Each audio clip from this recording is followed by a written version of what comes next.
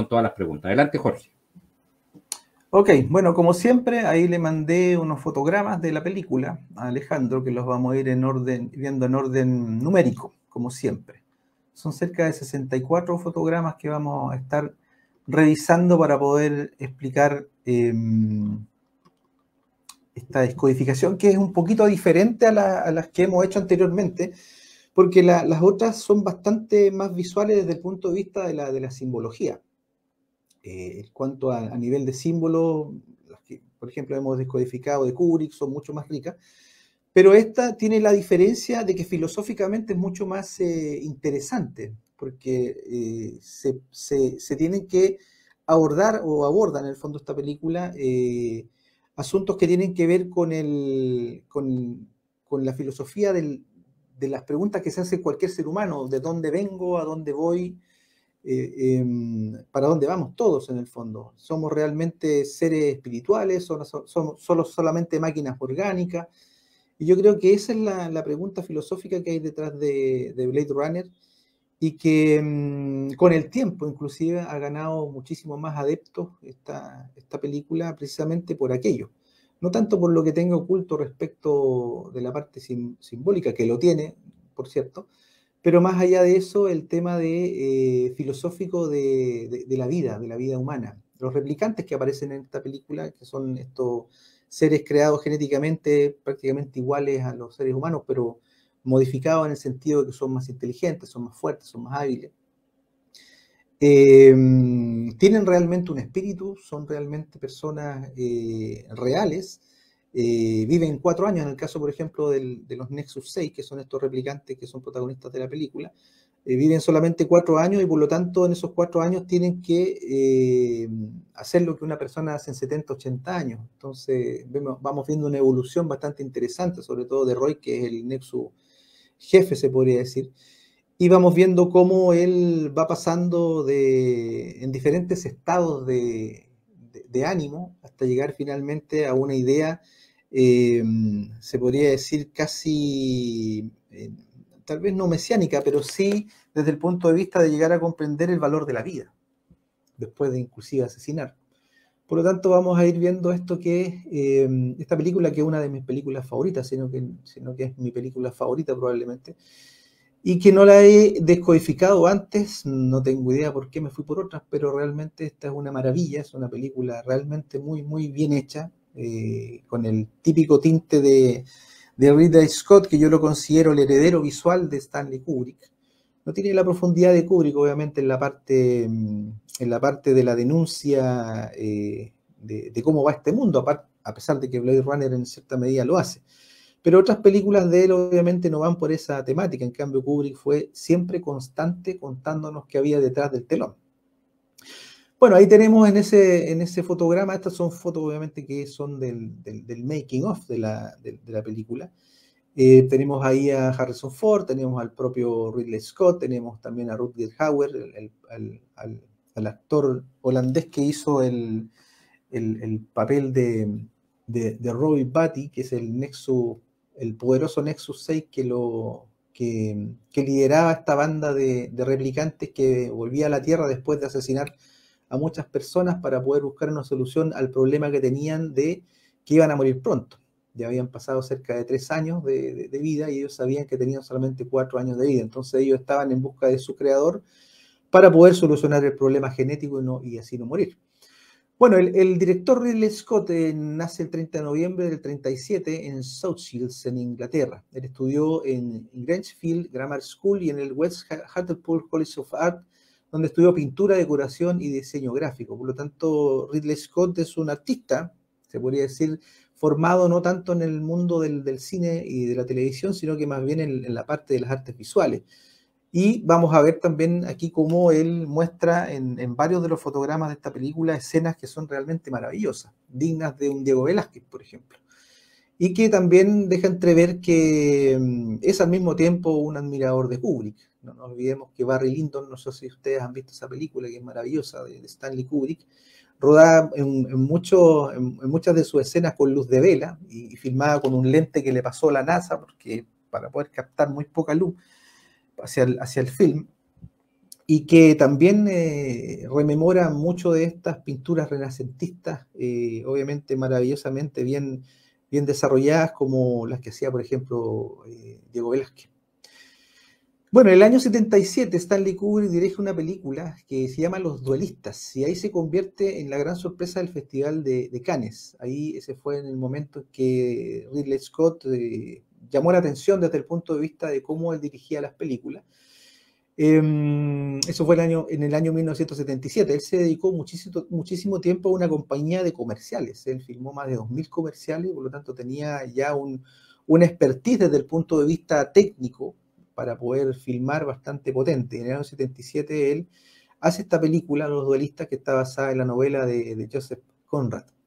En el 79 realizó Alien el octavo pasajero, Blade Runner el 82, Legend el 85, el 91 hizo Thelma y Louise, Gladiador, ¿se acuerdan? En el año 2000, donde revivió un género que es el cine épico, a la vieja usanza, y que en ese momento ya parecía que estaba completamente desaparecido, y él lo reflotó, y al mismo tiempo también reflotó su carrera. En 2004 hizo la película Kingdom of Heaven, protagonizada por Orlando Bloom, Liam Neeson y Eva Green. En 2006 dirigió a Russell Crowe en Un Buen Año. En 2007 en American Gangster, a Denzel Washington.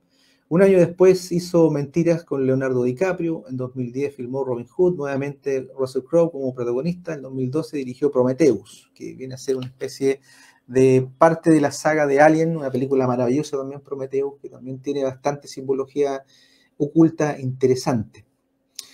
Ese es Ridley Scott, en el fondo, un sujeto bastante obsesivo desde el punto de vista de la dirección. De hecho, muy parecido a Kubrick, también no era muy amigable en los sets. De hecho, terminaba las peleas casi con todo el mundo, un tipo muy irascible, complicado. De hecho, Harrison Ford él mismo confiesa que la pasó muy mal en la película, no le gustó hacer esa película, de hecho no le gustó su papel. Él decía que hacía un papel de un detective que no investigaba nada, simplemente se agarraba los balazos. A él no le gustó la película definitivamente, pero con el tiempo obviamente tiene que haber entendido de que estaba metido en lo que finalmente fue un clásico.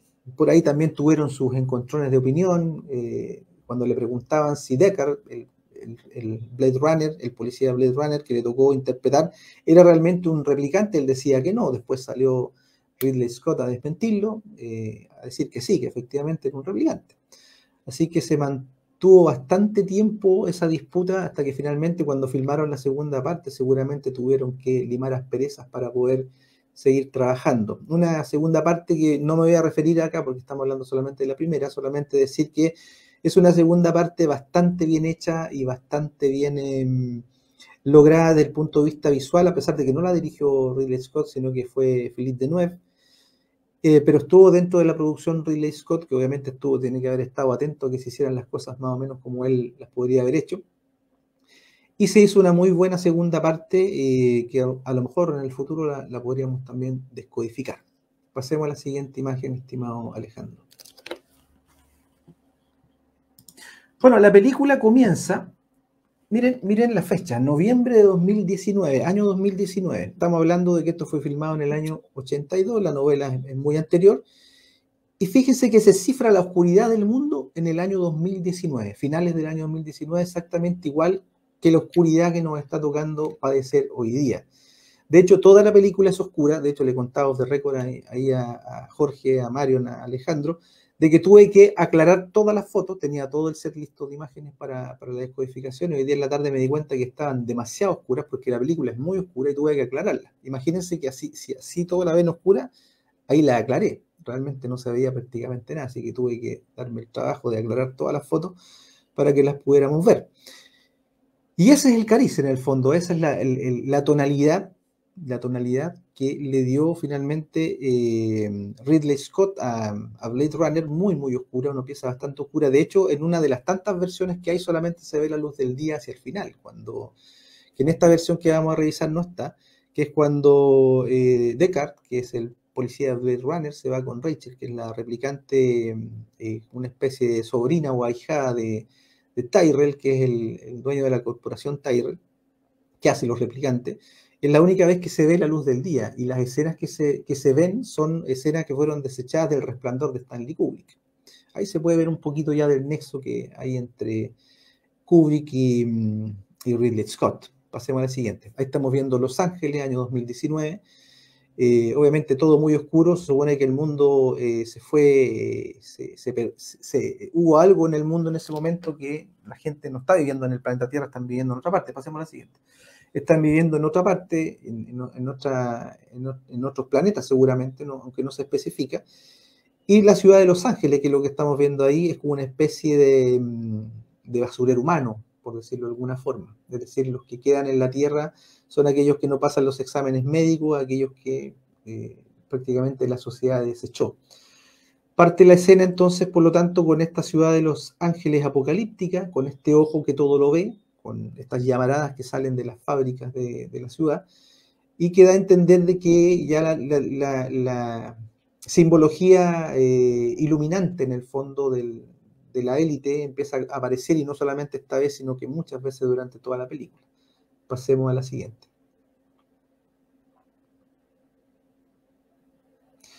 Bueno, ahí estamos viendo esta especie de zigurat, que es bastante parecido a lo que se veía en la película Metrópolis de Fritz Lang. De hecho, se podría decir de alguna forma que Blade Runner viene a ser como una película prima de Metrópolis de 1927 de Fritz Lang. De hecho, la forma como se hizo la maquetería, casi en tamaño bastante, maquetas bastante grandes, no miniaturas pequeñitas, sino que edificios más grandes que una persona, inclusive tal como se hizo con Metrópolis, hace entrever de que el propio Ridley Scott, cuando concibió Blade Runner, tiene que haber visto Metrópolis, seguramente de 1927 de Fritz Lang, y decir esto es lo que yo quiero armar, o esto es lo que yo quiero hacer para Blade Runner. Por lo tanto, aquí estamos viendo una especie de pirámide, o zigurat, que en el fondo tiene, ustedes están viendo esos edificios que están inclinados, tiene dos por un lado, dos y dos, son 8 en el fondo. Si uno mira eso de arriba, está viendo una especie de vista en planta de un centro con 8 puntas, es decir, una estrella perfecta de Ishtar, que también es muy importante y también la hemos visto varias veces en lo que es la imaginería de Stanley Kubrick, y aquí también va a aparecer mucho más explícita inclusive que esto. Tyrell es un super empresario, una especie de Bill Gates en el fondo, que está obsesionado con la modificación genética de seres humanos, pero no en el sentido de volverlos más tontos para poder controlarlos, completamente lo contrario, volverlos mucho más inteligentes, eficientes, cosa de que brillen lo más posible para alimentar al sistema, pero que duren bastante poco. Y en esa parte sí hay coincidencia con lo que se está haciendo hoy día. Es decir, aquí claramente frente a estas políticas de reducción poblacional, ellos van a están en el fondo trabajando fuertemente para que el ser humano ya no viva 80 años, sino que viva muchísimo menos. Pasemos a la siguiente. Bueno, aquí estamos en una escena. Yo voy a tratar de no irme tanto a contarles la película, porque se supone que la vieron, obviamente. Pero en esta escena es interesante porque aquí está León, que viene a ser uno de los replicantes que se escapó de su cautividad en el espacio como trabajador en el fondo, y se infiltró en las oficinas de la empresa de Tyrell Corporation, y el personaje que está al lado derecho es un Blade Runner que está tratando de detectar si él es una máquina orgánica, es decir, es un replicante o un portapieles, como también le decían, o una persona real. Y ahí le están aplicando lo que se llama una prueba en una máquina que se llama la prueba Voight-Kampff, que son una serie de preguntas que se le hace al replicante para poder establecer que es tal, que es exactamente un replicante. Después de una serie de preguntas incómodas, bastante raras en realidad, el tipo que se llama León se da cuenta que está siendo descubierto e inmediatamente decide eliminar al Blade Runner. Y obviamente se da a la fuga. Eso activa que la policía quiera ir a buscar al Blade Runner estrella, que es el personaje que encarna Harrison Ford, que es Deckard. Pasemos a la siguiente, para poder encontrar estos replicantes y retirarlos. Se le llama retiro al asesinato de replicantes, no asesinato en sí. Parte, digamos, de la parte de la jurisprudencia de esta distopía. Bueno, ahí estamos viendo un fotograma probablemente icónico dentro de lo que es Blade Runner. Está Los Ángeles llena de edificios altos, muy oscura, con mucha publicidad, que es más o menos lo que ya estamos viendo hoy día en el mundo, sobre todo en las ciudades más tecnologizadas, y que dejan entrever de que si bien es cierto, todo es muy chino, todo es muy asiático, el capitalismo continúa allí, es decir, continúa trabajando este sistema de control sobre el ser humano para someterlo. Pasemos a la siguiente. Bueno, una de las cosas que más llaman la atención dentro del punto de vista de la simbología son estos dragones chinos azules que aparecen muchas veces durante la película y que dejan entrever lo que en otras oportunidades yo les he comentado con respecto al poder eléctrico y al poder magnético, esta dualidad en el fondo que nosotros nos controlan. Cómo este poder eléctrico de color rojo en el fondo disfraza la mitad de su poder de todo lo contrario para poder producir el caos. En este caso, aquí estamos viendo un dragón de color azul, obviamente chino, con una lengua de fuego roja que revela su origen, que realmente es rojo, realmente es eléctrico, pero se disfraza de magnético en el fondo para producir el caos, que es más o menos lo que estamos viendo en el plan que se está llevando a cabo ahora para poder desarmar este sistema en el que estamos ahora y poder instalar el siguiente que sabemos tiene mucho que ver en este aspecto, el sistema de control que somete a los chinos. Por lo tanto, este dragón azul, simulando ser magnético, obviamente de origen eléctrico, es fundamental para entender de que el territorio donde se está llevando a cabo esta película es territorio de un sistema de control, en el fondo, de un sistema de control que en algún momento fue implementado sobre la humanidad. Obviamente que aquí estamos hablando del futuro, la película fue hecha en el 82, la novela mucho antes, y que deja entrever de que en el futuro, en el fondo, lo chino o lo que someta a los chinos, en el fondo, va a ser lo que va a someter al mundo entero. Pasemos a la siguiente. Bueno, ahí tenemos a Deckard, que está esperando un turno para poder almorzar en unos carritos, donde casi todo es comida china o comida fusión en el fondo. De hecho, en esta película se habla bastante idiomas mezclados. De hecho, hay un personaje, un policía que se llama Gaff, que ya lo vamos a ver, que habla entre sueco, español, chino, marroquí, inglés, una mezcla bastante interesante que ya se había visto, por ejemplo, en la novela de Anthony Burch, The Orange O'Clock, que era la naranja mecánica en su momento, que mezclaba el inglés con el ruso.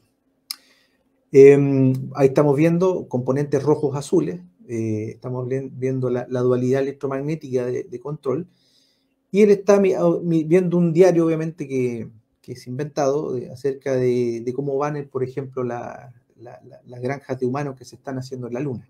Porque, como les decía, la Tierra está probablemente, después de una guerra apocalíptica nuclear o algo que ocurrió, la Tierra no está habitable 100%. Pasemos a la siguiente.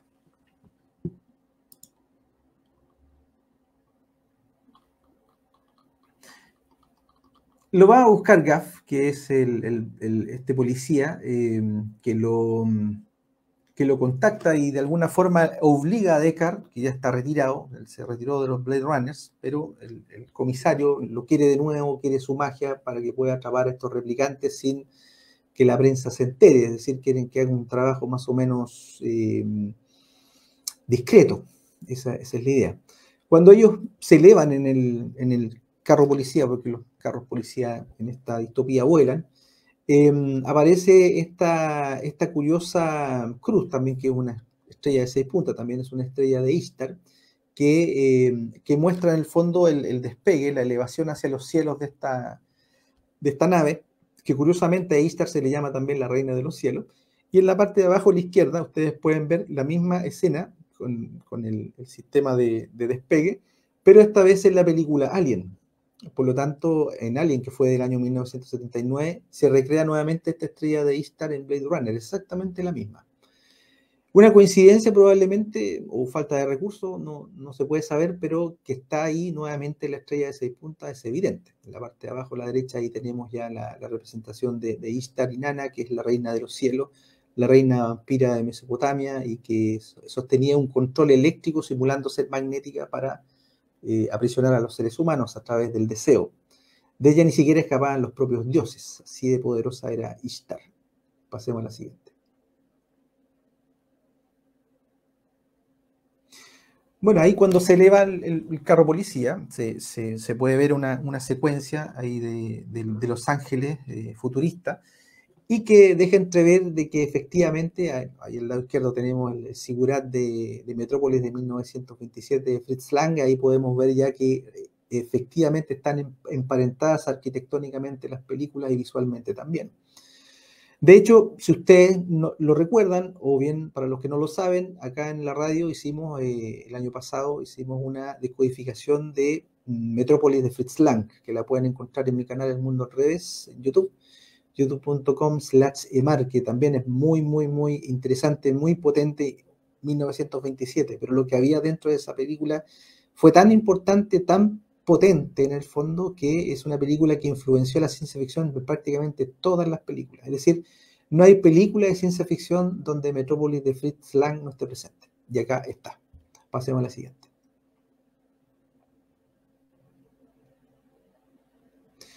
Bueno, aquí nuevamente podemos observar cómo el tema del capitalismo está presente. Es decir, Coca-Cola en el futuro no desapareció, a pesar de que se habla mucho de una maldición que hubo en esta película de Blade Runner, porque las diferentes marcas que aparecían como TDK, por ejemplo, Atari, la propia Coca-Cola, casi todas desaparecieron.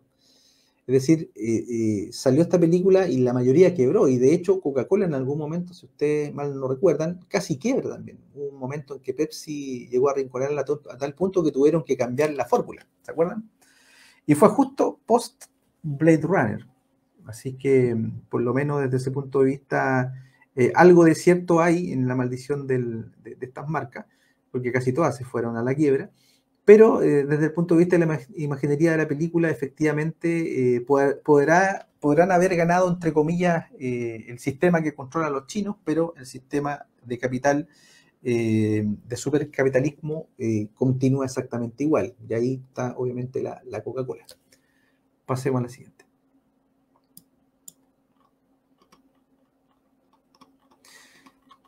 Ahí se puede ver otro aspecto del edificio de Tyrell Corporation, donde tiene unas T's arriba, no sé si la ven ahí, no se alcanza a ver muy bien, a pesar de que aclaré la foto lo que más pude.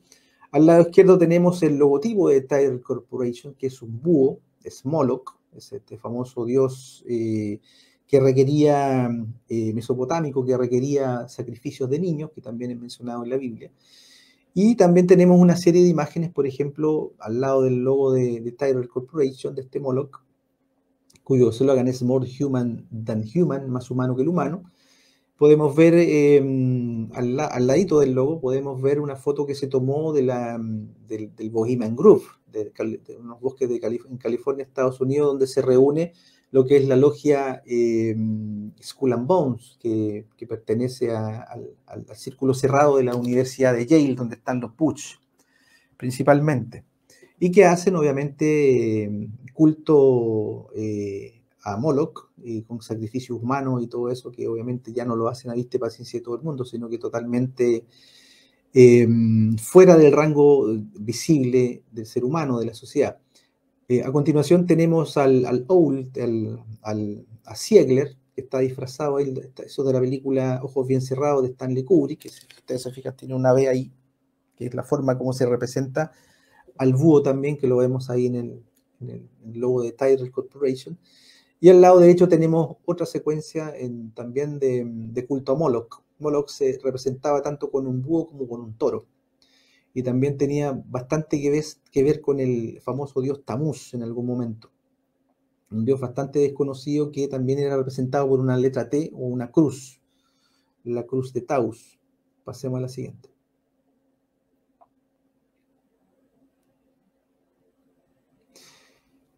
Para que no quedaran dudas probablemente acerca del tema de Moloch, esto ocurre exactamente después. Aparece un búho replicante, junto con un montón de pirámides detrás. Un búho replicante, me refiero a que no es un búho real en la película, sino que es un búho creado con ingeniería genética. Supuestamente en esta película todos los animales desaparecieron, por lo tanto los animales que hay son todos réplicas. Y réplicas obviamente que se venden muy, muy caro dependiendo del fabricante. Y se reafirma la idea de que efectivamente la fundación, la corporación Tyrell es una poderosísima, obviamente, empresa cuyo dueño en el fondo está metido en el culto a Moloch, está metido en el culto a Saturno, está metido en los círculos satanistas, en el fondo de control de élite. Pasemos a la siguiente.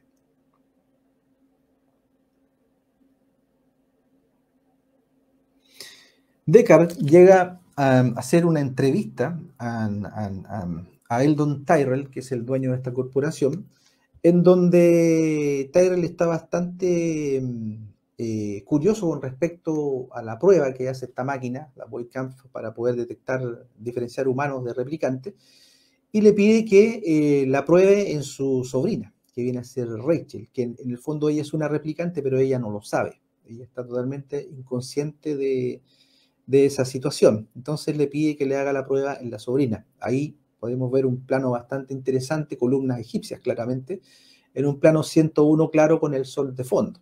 Es decir, nuevamente reforzando la idea de que el culto que hay detrás de Tyrell tiene que ver con el culto a los dioses paganos egipcios. Pasemos a la siguiente.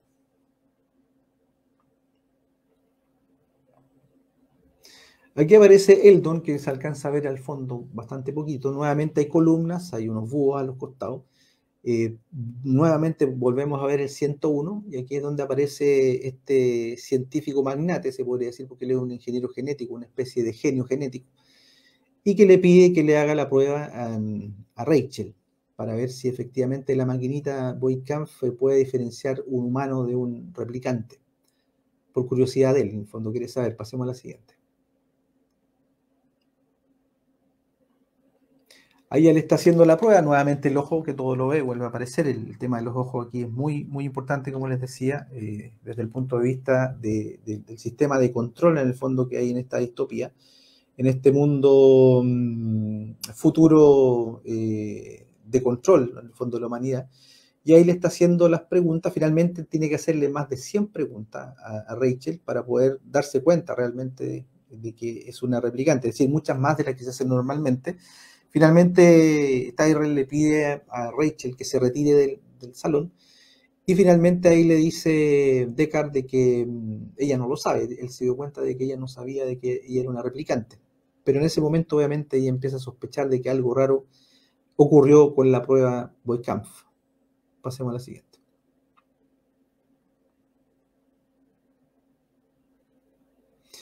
Aquí tenemos a Eldon Tyrell, que está conversando con Deckard. Están hablando desde el punto de vista de la máquina, cómo finalmente funciona, cómo es que ella no lo sabe. Cuando le pregunta a Deckard que por qué no lo sabe, cómo es posible que no lo sepa. Entonces obviamente ahí le habla de la implantación de memorias. Ahí estamos hablando ya del control neuronal del replicante, que le han insertado en el fondo recuerdos de niña, de su madre, de su tío, él es su tío, vendría a ser su tío, y que están tan bien puestos en el fondo en la mente del replicante, que el replicante no sabe, no entiende de que realmente no es un ser humano real, es una máquina biológica.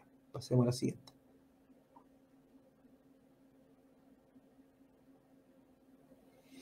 Aquí tenemos a Gaff, que está saliendo de la estación de policía junto con Deckard, y ahí ustedes pueden ver las pirámides con un semiojo y una pupila. Nuevamente el poder eléctrico, el poder de control, con el ojo que todo lo ve, ahí camuflado en dos columnas, ¿se fijan? Nuevamente un 101, es decir, esos terrenos, el territorio de logias, en el fondo secretas, que controlan al mundo, tal como pasaba en el pasado, en el presente, obviamente en este futuro distópico. Pasemos a la siguiente.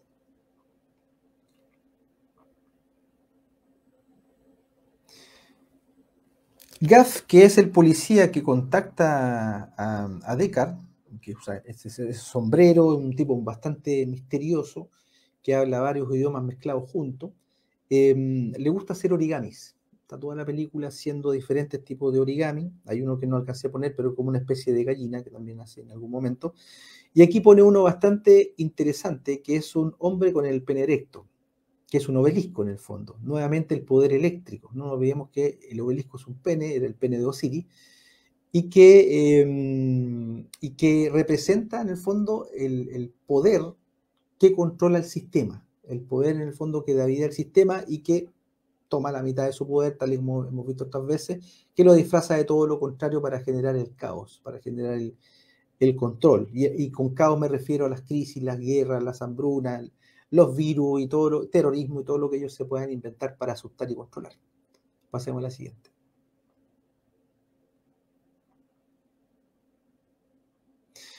Aquí nuevamente, aquí podemos ver al dragón azul, ¿ven? Caracteres chinos por todas partes, es decir, el futuro es chino, y vuelvo a insistir, no chino desde el punto de vista que los chinos nos quieran controlar, sino que el sistema que hoy día controla a los chinos es el sistema que pretende controlar a todo el mundo. Por lo tanto, cuando Ridley Scott plantea este futuro distópico, lo hace pensando en que si va a haber algo que se va a apoderar del mundo es precisamente esta filosofía comunista supercapitalista que hoy día somete a los chinos en el fondo. Ahí podemos ver el logo de Atari, una marca que prácticamente ya está desaparecida. Atari tiene un significado bastante interesante. Atari significa que una ficha, un grupo de fichas está en peligro de ser capturadas por tu oponente. Eso significa un concepto bastante raro y tiene que ver con el jugar. Bueno, esta es una de las empresas que cayó, digamos, en la bancarrota en algún momento. No sé si estará completamente, se habrá revivido con el tiempo, pero fue una de las marcas que cayó dentro de lo que se llamó la maldición de Blade Runner, marca que aparecía en esta película, marca que desaparecía. Pasemos a la siguiente.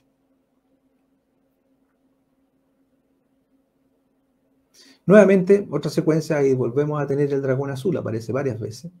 Nuevamente para reforzar la idea de este control comunista supercapitalista que proviene o que controlan los chinos y que se pretende exportar al mundo entero. En este momento estamos viendo un mundo distópico donde eso ya ocurrió. En el que estamos nosotros está ocurriendo, pero estamos a tiempo. Y esto no lo vamos a lograr, como decíamos al principio, haciendo marchas. Lo vamos a lograr venciendo la dualidad dentro de nosotros, primero dentro de nosotros, porque si lo pretendemos hacer desde afuera no lo vamos a lograr. Pasemos a la siguiente.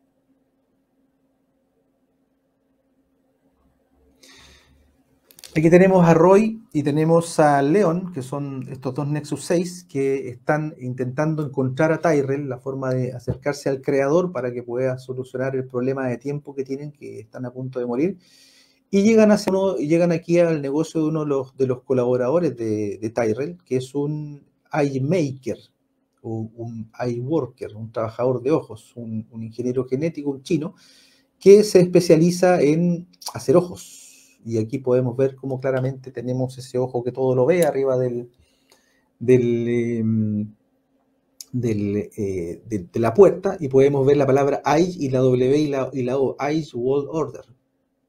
¿Se dan cuenta? Y abajito ahí puse el famoso ojo que todo lo ve con la sigla esa en latín Annuet Coeptis, que significa anunciando el nacimiento ¿de qué cosa? Del nuevo orden mundial.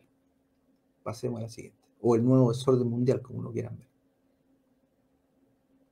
Ahí tenemos al chino que se da cuenta mirándole a los ojos a Roy, que es el jefe de los Nexus, y le dice, yo creé tus ojos, yo hice tus ojos. Entonces ahí le preguntan si él puede ayudarlos a encontrar a Tyrell, al creador. Él le dice que no tiene cómo hacerlo, pero sí sabe quién puede llegar a él, que es otro ingeniero genético que se llama J.F. Sebastian. Les da el dato y estos tipos, como están en una etapa en que asesinan, están presas del odio, de la ira, matan al chinito y parten a buscar a J.F. Sebastian. Con respecto a estos replicantes que duran bastante poco en el fondo, ellos van evolucionando en el fondo desde el punto de vista mental, sentimental, inclusive de una manera bastante interesante. Duran solamente 4 años, pero ellos van partiendo por el deseo de vivir, pasan por el deseo de libertad, pasan por la rebeldía, pasan por la ira, por el odio, la frustración, el miedo, la agresividad, querer ser alguien, el deseo de identidad, el sentido gregario de grupo, el compañerismo, pasan por el amor carnal, el amor de pareja, pasan por la pena, la lástima, el dolor, la moral en el fondo, pasan inclusive por el amor al otro, y hacia el final inclusive llegan al punto de que llegan a respetar la vida del propio enemigo. Es decir, y que vamos a ver también, ahí le voy a pedir después a Alejandro que le mandé el video para que lo veamos casi al final, esta maravillosa escena donde el replicante Nexus 6 Roy, que está ahí de espaldas hablando con el chinito, termina muriendo y respetando la vida de Deckard, en una escena maravillosa que el diálogo fue improvisado, se le olvidó lo que tenía que hacer al actor Rutger Hauer, pero lo que dijo fue tan poético, fue tan maravilloso que finalmente Ridley Scott lo dejó eh, para la película. Pasemos a la siguiente.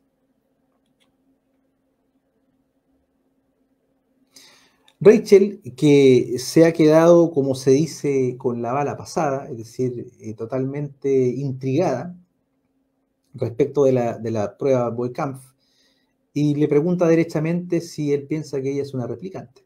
Ahí está en el departamento, ha ido a ver a Deckard, y le pregunta derechamente si es una replicante. Él obviamente no quiere herir su sentimiento, en algún momento lo hace igual, porque le dice que son implantes, que son recuerdos, inclusive Deckard le dice, mira, ¿te acuerdas tú la arañita que estaba en la ventana y que tenía muchas arañitas? Y sabía todos los recuerdos en el fondo que ella tenía. Entonces ahí le dice que son implantes. Cuando ella ve que ella se está quebrando, le dice, no, eso fue una broma, ándate a tu casa. Pero obviamente ya estaba echada la suerte, Rachel se da cuenta de que ella efectivamente es una replicante, no es un ser humano real. Y ahí se empieza a producir también un acercamiento entre ellos dos y nace una especie de amor, y sin saberlo también el propio Deckard, que es un replicante. Y ese amor en el fondo da origen a lo que va a ser después la segunda parte, que la filmó mucho tiempo después en la producción, el Ridley Scott, y que, como les decía anteriormente, se podría decir que fue una digna segunda parte. A mucha gente no le gustó, pero a mí sí, sí me gustó, porque recoge perfectamente la idea del amor en el fondo de estos, entre comillas, nuevos seres humanos, creando una especie de nueva humanidad. Pasemos a la siguiente.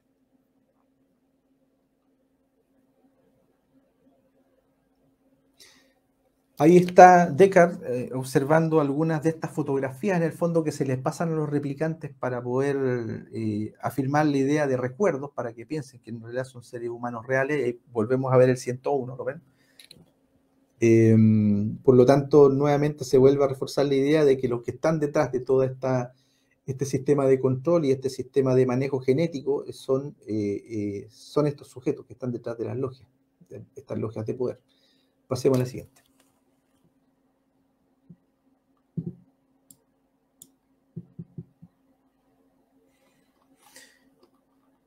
Aquí estamos ya en lo que es el apartamento de J.F. Sebastian, que viene a ser un colaborador estrecho de Tyrell en lo que es el sistema, el trabajo genético que ellos hacen en la corporación Tyrell. Y se le ha infiltrado ahí Pris, que es una Nexus mujer que, a diferencia de los otros, ella está creada para placer sexual. Y se la ha ingeniado para meterse dentro del departamento de J.F. Sebastian, con la venia del propio J.F. Sebastian. Y ahí estamos viendo a unos juguetes que crea este ingeniero genético. Y estamos viendo ahí a un oso que representa probablemente a Rusia, y tenemos a una especie de soldado de nariz larga, que podría ser una especie de Hitler. No nos olvidemos que ambos son de bandera roja socialista. Mucha gente piensa que Hitler era del lado derecho, pero la verdad es que era más bien del lado rojo. Y también no se alcanza a ver muy bien ahí, pero hay una pila de libros en pirámide. El conocimiento piramidal en el fondo, el conocimiento que hubo detrás, o que hay detrás en el fondo de estas potencias. Y que hoy día ya estamos viendo lo gravitante que vuelve a ser el tema de Rusia con respecto al tema de la geopolítica y el control global. Que, dicho sea de paso, está en el bolsillo de los dueños del mundo, tal y cual el resto de los países. Lo que nosotros estamos viendo hoy día entre Ucrania y Rusia es simplemente la distracción de la verdadera guerra. La guerra moderna, la guerra que tenemos hoy, no es con misiles, es con jeringas. Pasemos a la siguiente.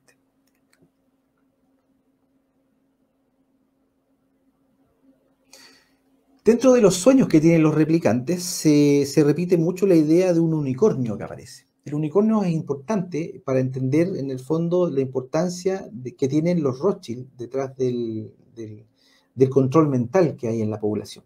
Ahí tenemos, no encontré uno más claro, pero ahí tenemos el escudo de los Rothschild, eso es de la fundación, en el fondo, de Benjamin de Rothschild. Pero ahí está el escudo de ellos y está el león, y está el unicornio. Y esos animales son los que siempre han representado a la familia, siempre han estado allí representando a la familia. Por lo tanto, este implante del unicornio dentro de los sueños de los replicantes significa que ahí está la firma de los que controlan el sistema mental, no solo de los replicantes, sino que prácticamente del mundo. La familia Rothschild. Pasemos a la siguiente. Bueno, una cosa que también es importante señalar, ahí nuevamente volvemos a ver el refuerzo de cómo lo chino, entre comillas, fue lo que finalmente quedó como imaginería o simbología del sistema de control en este futuro distópico llamado, en esta película llamada Blade Runner. Pasemos a la siguiente. Ahora, una cosa interesante desde el punto de vista de los replicantes es que ellos representaban diferentes tipos de animales. Por ejemplo, León representa a la tortuga, Roy es un lobo, Sora es una serpiente, Rachel es una araña, Tyrell en el fondo, Sebastián es un ratón, Pris es una mapache, Deckard es un pez, también es un unicornio, porque ese sueño que estaba ahí era el sueño que tenía él.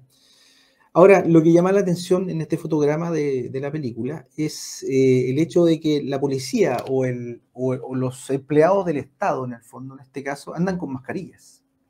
Bastante curioso. Y es algo que estamos viendo con esta locura llamada virus, SARS-CoV-2, que están en el fondo tratando por todos los frentes tratando de hacernos creer que es real. Han implementado precisamente, sobre todo en el área de la gente de trato directo, en el mundo público, de obligarlos a andar constantemente con estas mascarillas. Por lo tanto, llama bastante la atención que un policía del futuro ande de esta forma en Blade Runner. Pasemos a la siguiente.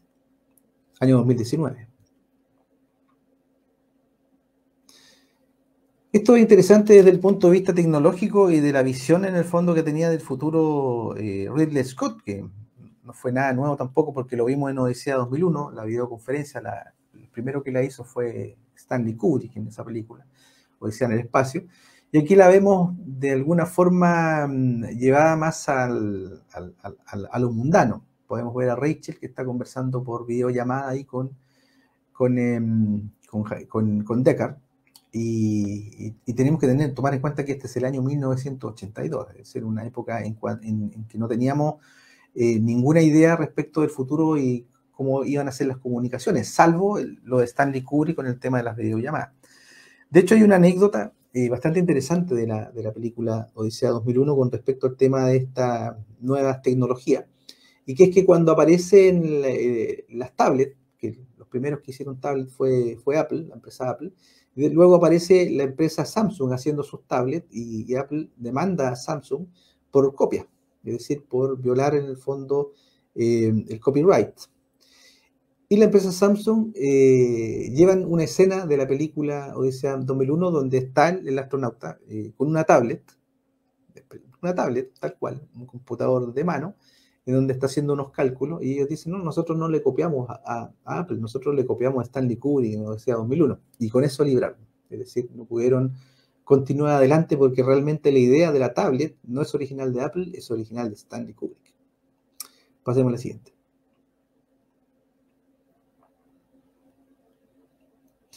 Bueno, en este fotograma aparece la estrella de 5 puntas, que también es muy importante, representa al ser humano. La estrella de 5 puntas, tal como la estamos viendo, representa al ser humano atrapado dentro de este círculo de control. Cuando esa misma estrella está invertida, se convierte en lo que se llama la cabra de Méndez, en lo que viene a ser ya un típico símbolo satanista en el fondo de control sobre la mente humana. Pero aquí lo estamos viendo como el ser humano simplemente atrapado como tal. Pasemos a la siguiente. En esta escena estamos viendo una especie de club nocturno donde está Sora, otra de las replicantes, que es la que representa a la serpiente, y que está haciendo su número, un número sexual que es bastante grotesco. De hecho no lo muestran, pero Deckard con las muecas que hace deja entrever que es bastante grotesco. Y él está obviamente sospechando de que es una replicante, y él empieza a hacer una serie de preguntas y se encuentra con esta serpiente. Si ustedes se fijan, y esto es muy también típico de Kubrick, que también es un elemento que emplea Ridley Scott, Harrison Ford está haciendo un 666 con los dedos, ¿lo ven? Y una serpiente ahí mismo. Entonces, aquí deja claramente también, una vez más, el hecho de que este futuro distópico no es ninguna cosa de luz en el fondo, es una cosa absolutamente dentro de los cánones del satanismo en el fondo, de este sistema de control o de anticristo, si lo quieren ver así, desde el punto de vista de la vibración del miedo. Es una sociedad absolutamente oscura. De hecho, toda la película, como les decía, es oscura, es muy oscura, tan oscura que me tuvo que obligar a aclarar los fotogramas. Si ustedes los ven oscuros, imagínense cómo eran originalmente. Están aclarados. Y ahí tenemos la serpiente entonces y el 666 dejando entrever dónde estamos, en el fondo, en ese futuro distópico. Pasemos a la siguiente. Ahí Sora se da cuenta de que el tipo en el fondo es, no sé si es un Blade Runner, no lo sabe, pero sabe que ahí anda en algo extraño y como tienen super fuerza, ahí le da una baliza de padre y señor mío al pobre Descartes. Ella escapa, pasemos a la siguiente. Ella escapa y rápidamente la empieza a perseguir Descartes. Nuevamente, ahí está Descartes que está corriendo hacia Sora, que está en el plano de la imagen de la cámara, y está allí, y podemos ver nuevamente este dragón azul detrás, que aparecen bastantes dragones azules. Pasemos a la siguiente, siempre reforzando la idea de que este futuro distópico iba a ser a la usanza china, o bajo el sistema, pasemos a la siguiente, bajo el sistema de control que controla a los chinos. Ahí ya le ha disparado, ahí nuevamente se alcanza a ver, ¿lo ven? Se alcanza a ver las patitas y la cola del dragón azul, nuevamente. Pasemos a la siguiente. Ahí está Sora, está muerta. Si ustedes se fijan, tiene 2 balazos en la espalda. Es como si le hubiesen arrancado las alas. Es como si hubiese abatido a un ángel caído, en el fondo. Pasemos a la siguiente. Y nuevamente vuelvo a reforzar la idea. Ahí está Sora en el cuello que tiene tatuada una serpiente. Es decir, deja entrever nuevamente de que efectivamente el mundo en donde se desarrolla Blade Runner es un mundo controlado por satanistas. Pasemos a la siguiente. Bueno, esto, si mal no recuerdan ustedes, al principio les comenté de que Ridley Scott no era tanto un cineasta, sino que era un experto en artes visuales, un tipo que estudió en escuela de arte. Y si ustedes se fijan en esta escena que es maravillosa, ahí tenemos un cuadro de Diego Velázquez, tal cual. Es un cuadro de Diego Velázquez. Y muy parecido también a lo que les comentaba que había hecho Stanley Kubrick en la película Barry Lyndon. Si no han visto Barry Lyndon, véanla. Es larguísima, hay mucha gente que se aburre viéndola, pero la verdad es que es una preciosidad desde el punto de vista visual. Es más o menos esto, Barry Lyndon, lo que están viendo acá. Un cuadro de Velázquez animado. Maravilloso esta escena. Ahí está Roy, que en el fondo está en el departamento de Dave Sebastian, el personaje que lo va a llevar finalmente ante Tyrell, el dueño de la corporación Tyrell. Pasemos a la siguiente. Recuerden que ellos quieren solucionar un problema grave que tienen, que es que están muriendo, están a punto de morir, que les queda poco tiempo, y necesitan modificar genéticamente para poder salvarse. Ahí Rosmar 542 pregunta, ¿las meninas? Sí, algo parecido a las meninas de Velázquez. Si ustedes analizan las meninas de Velázquez, se van a encontrar que los puntos de luz son muchísimos. Hay muchísimos focos y hay un espejo donde sale el propio Diego Velázquez. Es una maravilla esa pintura. Bueno, ahí tenemos a Roy, que le pregunta a Jair Sebastian que contra quién está jugando ahí. Entonces él le dice que estoy jugando contra un genio, que es en el fondo el dueño de la corporación Tyrell, de la Tyrell Corporation, y ellos están jugando un juego bastante interesante, que es una partida que fue hecha en el año 1800, por aquí tengo el dato, déjenme verlo porque esto es interesante, porque el ajedrez es una cosa muy masónica, si lo queremos ver desde ese punto de vista. Nosotros estamos inmersos en un juego de ajedrez, en el fondo, si lo queremos ver así. Y los pisos masónicos son obviamente ajedrezados. Bueno, ese juego que están jugando Tyrell y Dave Sebastian, que es como su empleado, es un juego que se hizo en el año, en Londres, en 1851, entre Andersen y Kiersarski, que es considerado como uno de los más brillantes de todos los tiempos y se le conoce como el juego inmortal. Así se le conoce. Así es que si alguien quiere saber cómo se jugó ese partido, Métase, hay muchos canales de ajedrez por ahí en YouTube y busquen la partida inmortal o el juego inmortal. Es maravilloso ese juego. Bueno, para los que les gusta el ajedrez, obviamente les va a gustar muchísimo y está recreado aquí dentro de la película Blade Runner. Si ustedes se fijan, las figuritas del ajedrez que emplea Jeff Sebastian son todos Molochs, son puros búhos, solamente búhos. Es decir, ahí se está mostrando el juego que emplean los demonios o arcontes en el fondo con nosotros. Pasemos a la siguiente. El juego de arconte con nosotros. Y aquí tenemos a Tyrell, que está jugando el mismo juego, juegan a distancia, pero las piezas de Tyrell son todas humanos o replicantes, si lo queremos ver así. Entonces ahí se amalgama como sobre el piso ajedrezado en el fondo, como sobre el piso de las logias de control en el fondo se juega todo este juego entre arcontes humanos y en este caso replicantes. Pasemos a la siguiente. Bueno, aquí nuevamente se vuelve a mostrar este búho replicante, otra vez con ese ojo máquina, que es muy parecido al ojo de HAL 9000 de Odisea 2001, que lo tengo ahí al lado izquierdo abajo, para volver a reforzar la idea del mundo en el que estamos, en el caso de Blade Runner, y que no es muy diferente en el fondo del mundo en el que estamos ahora y en el que están presupuestando. Pasemos a la siguiente.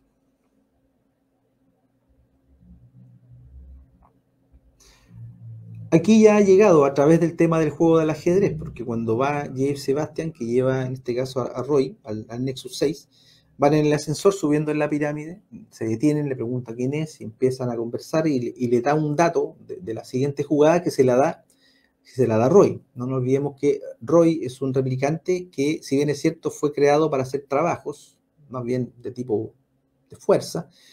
Él tiene una mente, una inteligencia equivalente a los ingenieros genéticos que lo crearon. Entonces el tipo entendió el juego y le dio la pista para poder darle jaque mate a Tyrell.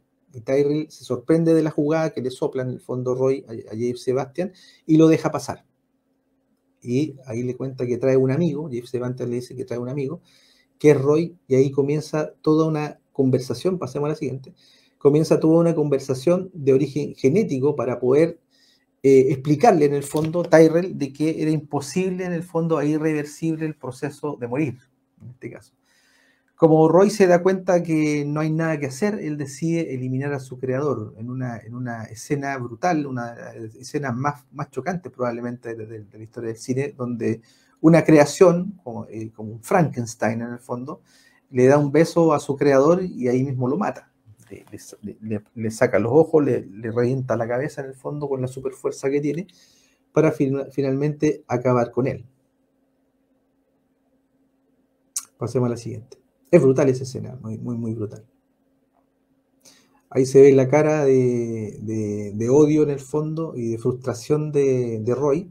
Y ahí también se pueden ver nuevamente las pupilas reflectantes, que son un signo de los replicantes en el fondo. Pasemos a la siguiente.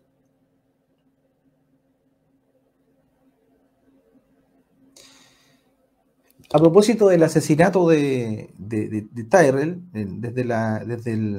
desde el bufete de policía le avisan en este caso al Blade Runner que vaya a investigar la persona esta llamada Jeff Sebastian, que estaba ahí, que también lo mata Roy.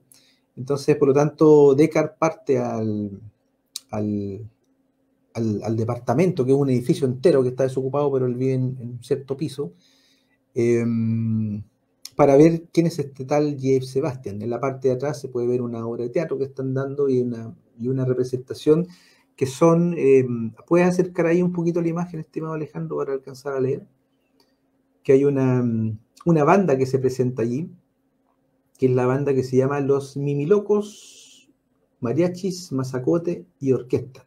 Bueno, esa banda existe en la realidad y es una banda bastante extraña porque tienen fusión de muchos estilos. Mezclan un poquito de folclore, de rock, de techno, una banda bastante interesante que seguramente Kubrick, en este caso Ridley Scott, la ingresó porque también tiene que ver con esta idea del futuro donde todo se entremezcla, tal y como se están utilizando varios idiomas para hablar, se están ensamblando varios idiomas. Esa banda representa muchos tipos de músicas ensambladas para inventar un nuevo lenguaje musical.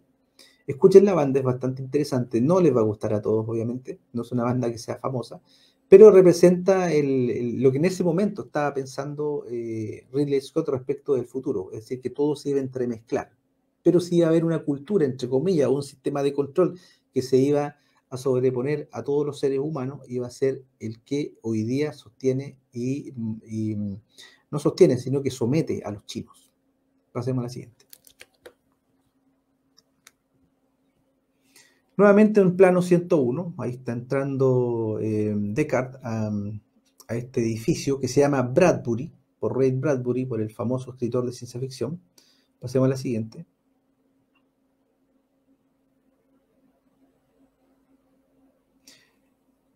Como Jeff Sebastian dentro de su apartamento tiene un montón de juguetes como estos monitos que vimos, el osito, qué sé yo, ese pequeño soldadito, también anda un Napoleón que anda moviéndose por todos lados, siempre choca por todas partes, que probablemente deje entrever que el Napoleón real siempre fue un títere, tal vez un juguete, tal vez por eso está representado de esa forma.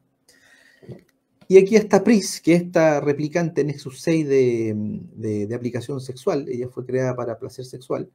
Se disfraza como un muñeco más, se pone un velo y se disfraza y se pone esta maquillaje oscuro como un mapache. Ella representa un mapache. Pasemos a la siguiente. E intenta pasar desapercibida entre los diferentes juguetes. Y aquí nuevamente una maravillosa obra visual en esta escena donde, si ustedes lo miran, eso es una pintura. Saquen a Harrison Ford de ahí y eso es una pintura de Velázquez nuevamente. Maravillosa. Y yo creo que esta es una de las apuestas más interesantes desde el punto de vista visual después de Stanley Kubrick. Por eso es que yo sostengo que Ridley Scott es heredero de Kubrick desde el punto de vista visual. Porque esto es maravilloso. Pasemos a la siguiente. Ahí está escondida Prisa, obviamente, ahí hay otros seres que están también ocultos. Luego de que la descubre Descartes, se produce una pelea que dentro del rodaje de la película fue bastante complicada porque la gimnasta que tenía que hacer los giros y todo eso, saltarle en la cabeza, apretarlo, quedó tan exhausta que al final no pudieron hacerlo. Entonces tuvieron que contratar a otra persona que inclusive era un hombre para que hiciera las escenas en la parte donde le saltan en el cuello y todo eso, que es una pelea bastante brutal. Finalmente Descartes mata a Pris de 3 tiros, que no se alcanzan a ver ahí. Y nuevamente yo aclaré la foto, imagínense si las hubiese dejado tal y cual, no se ve nada. Hay 3 tiros en el fondo, sigamos. El 3 no nos vimos que es un número bastante importante dentro de la simbología que le podríamos llamar Illuminati, si lo quieren ver así. La Trinidad, el sistema de control trinitario. Pasemos a la siguiente.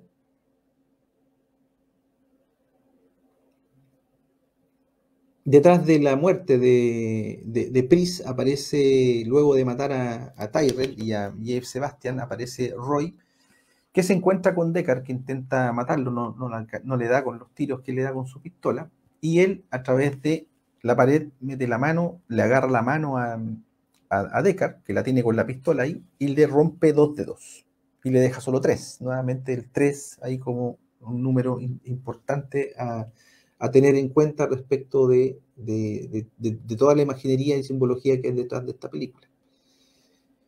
Ishtar, Tammuz, y me falta uno. Nimrod. Ishtar, Tammuz, Nimrod, en Mesopotamia, era la Santa Trinidad. Después en Egipto fue Osiris, Set y Horus. Hoy día es el Padre, el Hijo y el Espíritu Santo. Pero todo es lo mismo. En lo que se llama astroteología, la antigua religión es la nueva religión. Por lo tanto, nosotros nunca hemos cambiado de religión. Siempre es la misma que cambia de nombre y es el mismo sistema de control. Pasemos a la siguiente.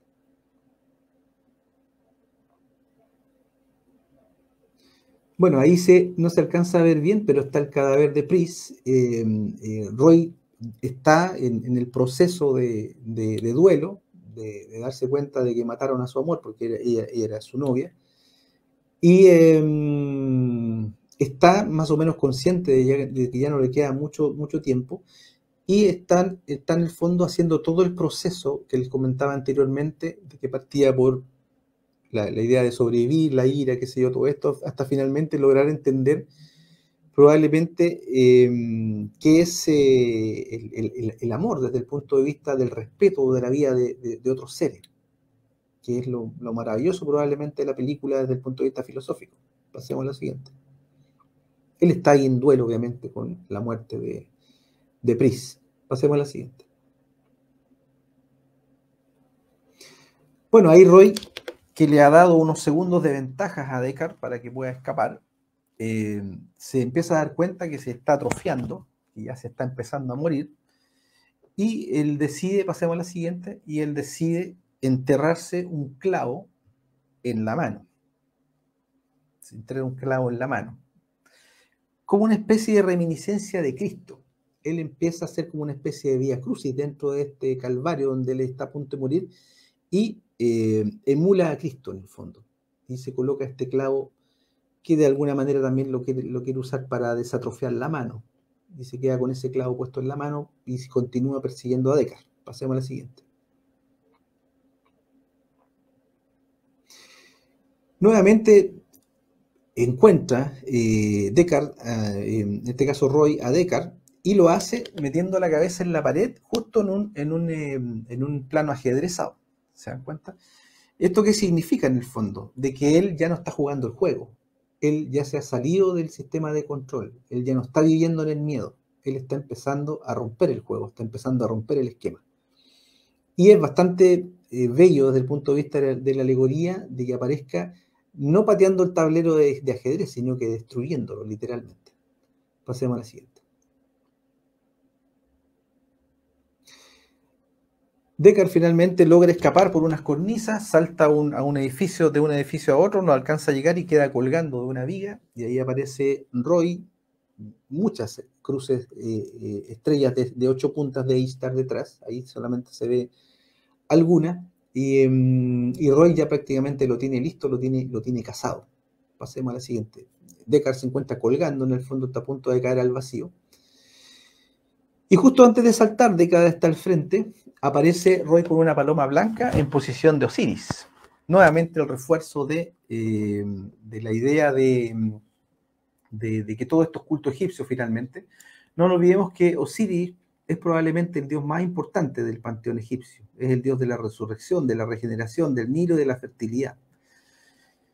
Se le representa habitualmente momificado con la piel verde o negra y con atributos de realeza. Esa típica cruz, ahí la estamos viendo al lado derecho, es la típica cruz que hacían los egipcios. Y en este caso, obviamente, Osiris, la paloma blanca, obviamente representa el deseo de paz. Que ahí ya Roy está completamente cambiando su visión respecto de la vida y probablemente ya no esté con ganas de matar a Deckard. Y al fondo se alcanza a ver nuevamente el ojo que todo lo ve con la pirámide. ¿Lo ven? No se ve muy claro, pero ahí está exactamente el mismo símbolo que había a la salida del recinto de policía. Y obviamente, ¿quién controlaba a la policía? Ahí está la respuesta, que no es muy diferente de lo que pasa hoy día, en esta realidad. Pasemos a la siguiente. Bueno, ahí sigue con sus expresiones reflexivas Roy, el Nexus 6, que se está dando cuenta de que Deckard está a punto de morir, porque está colgando en el fondo de la viga. Pasemos a la siguiente. Y está en el fondo llevando adelante las últimas reflexiones de su vida, porque sabe que está a punto de morir. Ahí tenemos a Deckard colgando de una T de Tammuz, como estábamos viendo anteriormente con este número 3 que les decía, esta Satán Trinidad en el fondo. Está colgando y está a punto de caer al vacío. No tiene ninguna posibilidad, porque por un lado está el vacío, por el otro lado está Roy que lo quiere matar. Pasemos a la siguiente.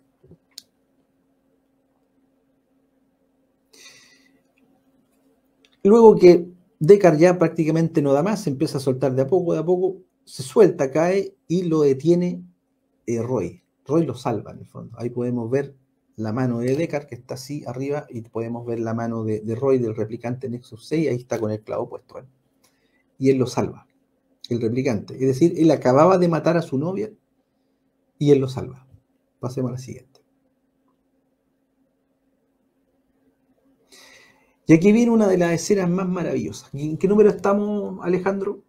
¿Qué número es? Para que nos acordemos. No alcanzo a leer el número. 60. La 60, ya. Mira, salgamos de ahí y vamos al video que te mandé ahí al WhatsApp. Veamos esa escena, que es esta escena, la escena cuando muere Roy, que es una de las escenas más maravillosas del cine.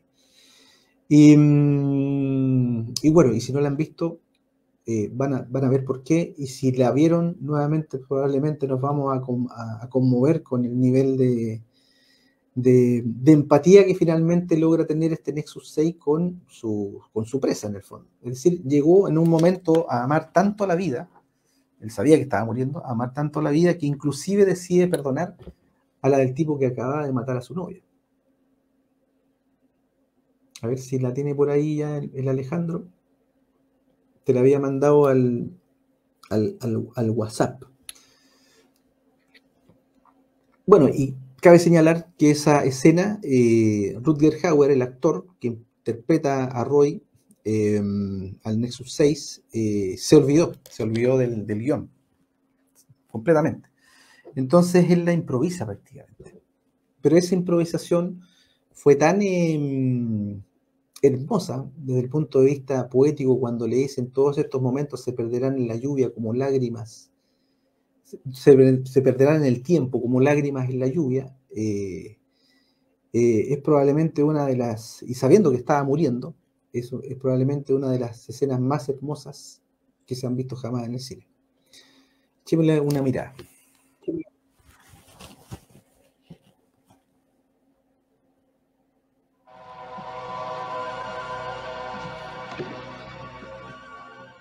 Es toda una experiencia vivir con miedo, ¿verdad?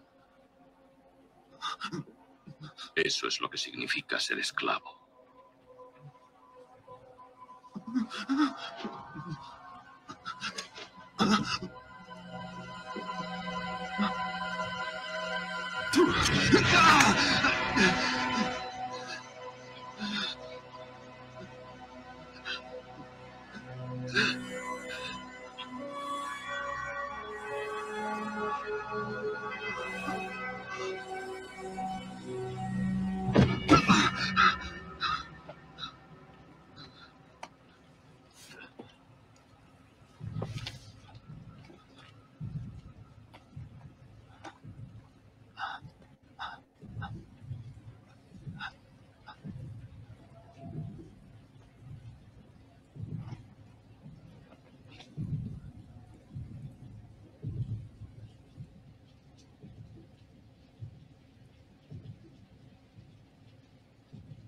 Yo he visto cosas que vosotros no creeríais.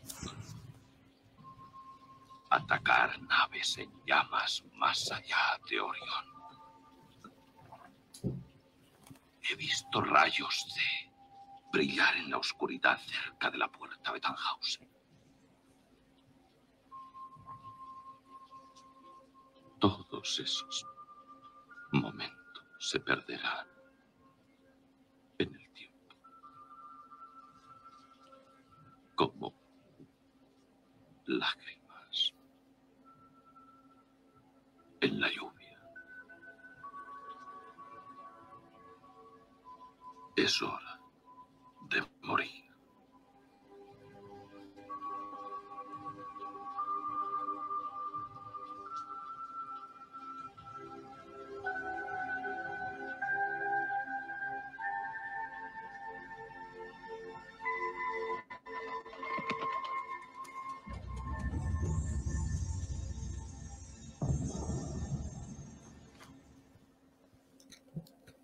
Ya, volvamos a la 61, creo que tenemos que pasar.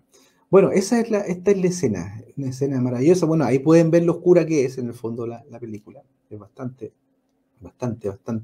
dark. Y tal y como les decía, eso fue casi todo improvisado porque él se olvidó del guión. Pero fue tan poético lo que dijo finalmente que quedó dentro del film. Hay una parte que él le dice, habla de vivir con miedo, cómo con miedo en el fondo uno se convierte en un esclavo.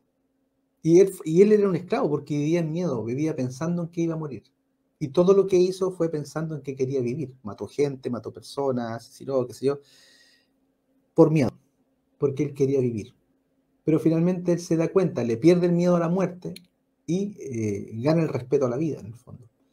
Y ahí cuando suelta la paloma blanca, en el fondo es un signo maravilloso, porque dentro de todo tan oscuro aparece una paloma blanca para señalar el camino correcto, que es el camino de la bondad, en el fondo, de la solidaridad, en el fondo las virtudes, en el fondo espirituales que probablemente él no tenía, como una máquina, pero que sí lo animó una especie de conciencia que finalmente logra expresar para perdonar a Deckard, porque finalmente lo perdona. No nos olvidemos que minutos antes había asesinado a su novia, y él llega a ser capaz de perdonarle la vida porque entiende el significado finalmente de la misma. Maravilloso. Pasemos a la siguiente. Ya creo que nos quedan dos, ¿no? Ahí está Gaff, nuevamente están las estrellas de 6 puntas, no se alcanzan a ver a los lados, son como una especie de ventilador gigante, en donde le dice que probablemente la chica no va a sobrevivir, pero y que le da a entender de que alguien más también la podría perseguir, porque ella estaba en la lista de nexos que tenían que eliminar. Pasemos a la siguiente. Finalmente él llega al departamento, bastante complicado desde el punto de vista de que pensaba que Gas a lo mejor la había matado a la chica, a Rachel, a la replicante, pero se da cuenta que no. Y nuevamente aquí tenemos un plano muy, muy, muy bonito, un plano de complemento. Tenemos a Deckard arriba, al revés a ella, lo eléctrico y lo magnético nuevamente, armonizando esta vez.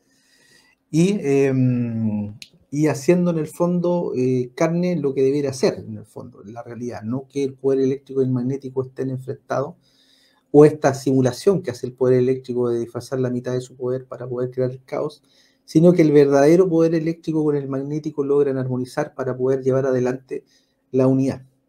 Y eso se refleja bastante, de una manera bastante hermosa en esta escena entre Rachel y Deckard. Pasemos a la siguiente. Bueno, aquí cuando ellos están yendo, porque van a escapar obviamente, porque saben que van a ir tras Rachel, encuentran en el piso del departamento un unicornio, lo que da a entender de que Gaff, el policía, sabía que él era un replicante y sabía de los sueños, y sabía también quién era el dueño del sistema de control, en este caso los Rothschild. Interesante. Pasemos a la siguiente, creo que es la última. La última, sí. Bueno, espero que les haya gustado esta descodificación de lo que fue la película Blade Runner. Bueno, Gaff al final le dice a Deckard, es una lástima que ella no vaya a vivir, pero ¿quién lo hará?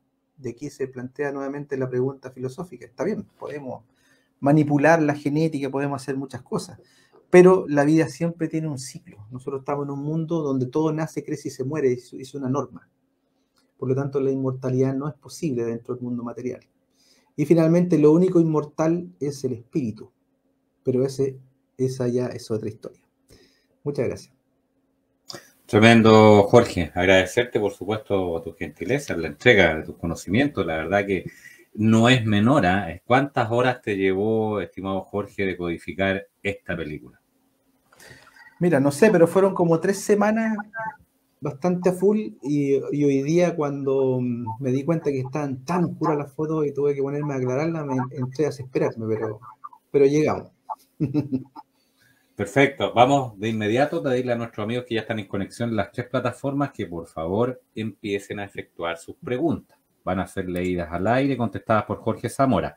Vamos de inmediato, y por supuesto agradecerte, Jorge, la entrega. Tremendo trabajo. Hay que consignar que, tal como tú lo decías, la banda sonora es de Vangelis, y tengo entendido, por lo que me decía Marion, que esta película recibió un premio Oscar por la mejor fotografía, entre otros, ¿no? Sí. Bueno, de hecho en su carrera ha recibido varios Oscars, en este caso Ridley Scott, pero él es bastante bajo perfil. Y en cuanto a la música, que a mí se me fue obviamente mencionarlo, es una maravilla. La música de esta película es realmente maravillosa. Y otro detalle interesante dentro de lo que es la música en la propia película, es que cuando Rachel llega llega al departamento de Deckard y está tocando, ella se pone a tocar, es una variación de una pieza de Chopin, que es el nocturno número 13, y el 13 es la pirámide. Interesante. Interesante, interesante. Vamos a ir a las preguntas. Desde ahora, estimados amigos, pregunten. Tenemos un poquito más de media hora para que Jorge conteste todas las preguntas que se formulen al aire. Silvia Fernández, que nos sigue desde Argentina, dice: entonces, ¿esto significa que supuestamente seguirá existiendo un sentido virtuoso de la vida en el transhumanismo? A ver, lo que pasa es que yo creo que, y lo he planteado otras veces, claro, una cosa plantea, esta película plantea el transhumanismo no en el sentido de que el humano haya sido modificado, sino que hicieron otro tipo de humano. Al humano real no lo tocaron. Lo que hicieron es que crearon genéticamente réplicas. Por lo tanto, desde ese punto de vista, Blade Runner no es una película transhumanista. Se está hablando ahí de que se creó otra especie con ingeniería genética. Los humanos siguieron siendo humanos. Ahora, respecto de lo que está pasando dentro de lo que es la coyuntura actual, yo sostengo de que no se están modificando los seres humanos. Yo sostengo que la RNM y la proteína Spike, lo hemos conversado otras veces, es una mentira para ocultar el verdadero veneno que es el óxido de grafeno. Y por otro lado, si ellos quisieran modificarnos, no les sirve volvernos tontos, es decir, no les sirve embrutecernos. Y tal y como en la película le hablaba Tyrell a Roy, le decía: tú eres una estrella que ha brillado el doble, por lo tanto te vas a consumir antes. Por lo tanto, al sistema les conviene mantener gente inteligente, porque esa gente inteligente alimenta el sistema. Y ahí tenemos que establecer una diferencia radical entre la inteligencia y la conciencia, o la sabiduría, si lo queremos ver desde ese punto de vista. A ellos no les interesa que nos volvamos conscientes ni sabios, eso está claro, y ellos trabajan para que eso no ocurra. Pero la inteligencia les pertenece. La inteligencia es vibración mental pura y neta, es de ellos. Por lo tanto, ellos no van a trabajar con ingeniería genética para volvernos más tontos. Todo lo contrario, es lo mismo que pasa en la película de Blade Runner. Los Nexus 6 son mucho más inteligentes.